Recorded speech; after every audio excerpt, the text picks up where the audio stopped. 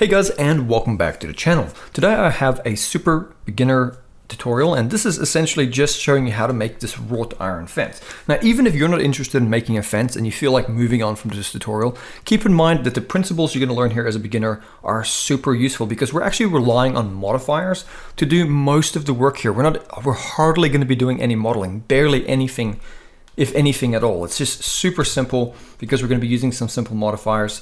And this is the result here, and then we'll quickly slap on a procedural material. But the main thing here, obviously, is just showing you how to use modifiers to model this. And hopefully you can not only make this, but apply this to many of your other projects. If you need maybe a fence or something, whatever you want to do. I'm sure there's many ways you could apply this, but let's jump in and make this in Blender. And then in a new scene in Blender, we're just going to go ahead and select the default cube. And we're going to tab into edit mode. We're just going to go S, Z, and scale it up. Let's go about this much, right? And then you're going to come in here, Control R, and you're going to roll in some loops. We're going to go with about, I'd say this many, just so it's quite a few. I'd say at least 30 to 40 loops. Double click, tab back out. Then let's go over to your modifiers, and you're going to click here and add modifiers, search and type in simple, and type in simple deform. Change it to Z, and then you can just increase the number of twists here. And it'll reach 360, but you can actually type in a value. So I can come here and type in maybe like 500. You get the idea. So I'm going to go 500 for now, and I'm going to go to restrictions.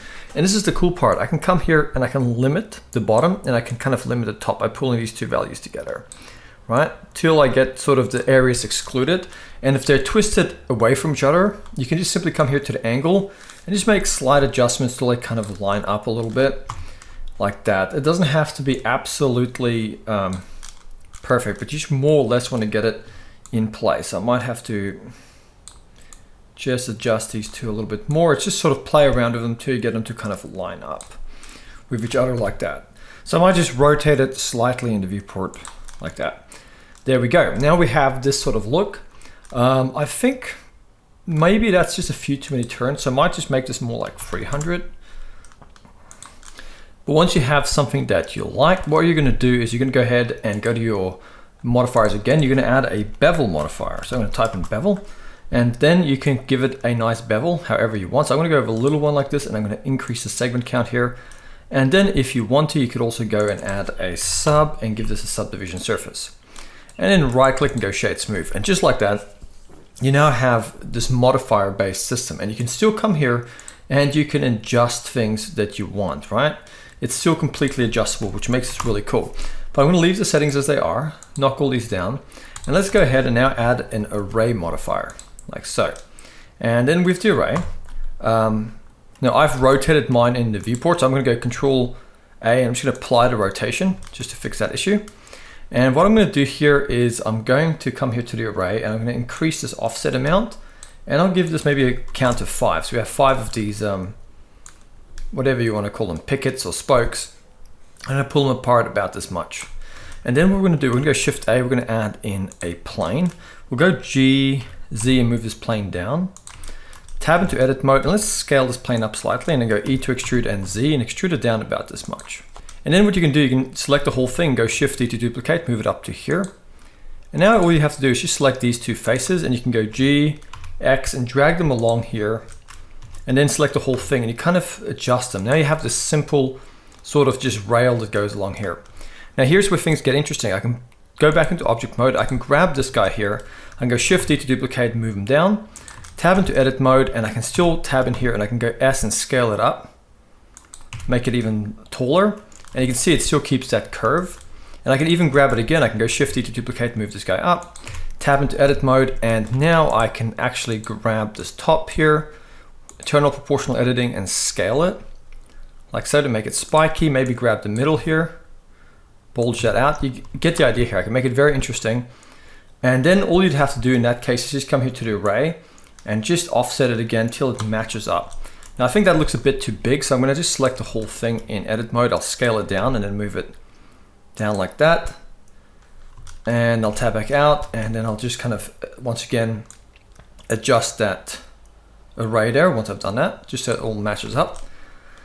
But there you go. This is a very, very simple and quick method for actually doing this sort of style of work. right? You can make things look very cool very quickly. And sometimes, you know, you have to come here and just adjust the rotations of things a little bit again, and just adjust the ray position. But that's all part of the sort of just switches and things you have to turn on and off, and values you have to adjust. But just like that, we have modeled this fence, which I think is really, really cool.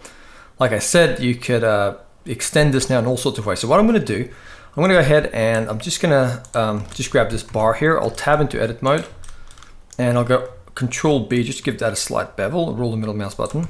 So you could do this much more fancy if you wanted to, but that's all I'm gonna leave it at. And then let's just grab each one of these and just apply all of these modifiers, like so. I'm gonna grab these guys here. I'm just gonna apply all the modifiers.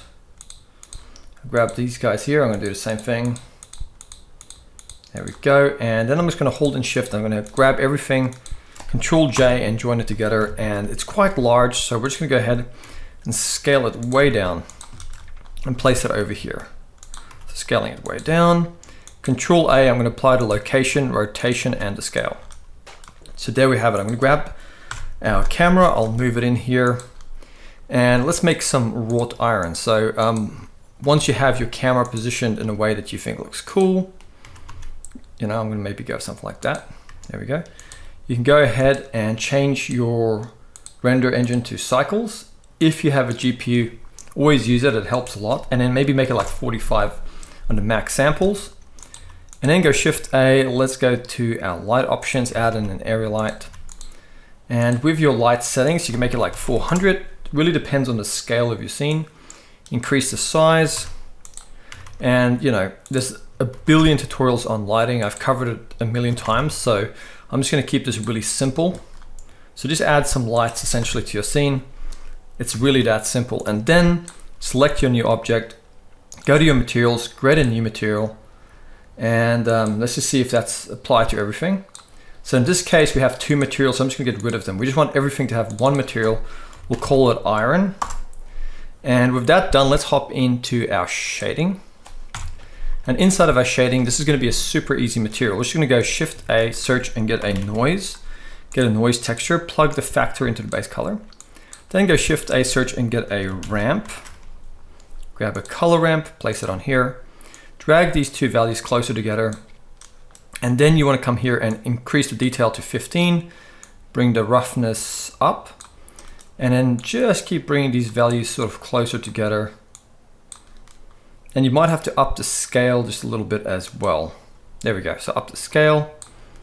There we go, now we have this sort of nice looking texture, but we want this to look metallic, so let's drag the metallic value up. We'll drag the roughness down a bit. And now it's still not where we want, so what we need to do is go Shift A, search, and get a displacement. So type in this and get a displacement, place it over here. And this is where things get interesting. We're gonna go Shift D to duplicate this color ramp. We're gonna plug the factor into there as well, and then let's plug the color output into that height of this displacement here, and then plug the displacement into the material output. And now you can see we have this sort of bump happening here, and we can kind of bump this up to 0.1. Okay, so now it's just a matter of grabbing this slider over here. You can adjust the value a little bit. Maybe make the white value here grayer. And this is the one that's going into the color here. But you can see this is what we have. So you can adjust the roughness here, the detail, and the scale of things. So just like that, we've made some simple wrought iron material. You know, mess around with the roughness and things like that. But it's really that simple, just a simple metal material, nothing too complicated. As you can see, there it is. I'll just zoom back so you can kind of see what we've done here. Very, very simple. If you wanted to, you could add this into a scene now, but for now what I'm gonna do, I'm just gonna go back to my layout, and I might just go and add in a HDRI. You guys don't have to do this, but I'm just gonna add in sort of an environment texture that I have on my computer. And then I'm just gonna go ahead and I'm gonna go render and just render this image. And there we have it. So we've made some really simple wrought iron. We've added a very simple sort of wrought iron material. You can see we have sort of all this pits and little bumps and twists. And this looks relatively new, like it was just made, but if you wanted to make this look even older, you could go ahead and add some rust on top of that.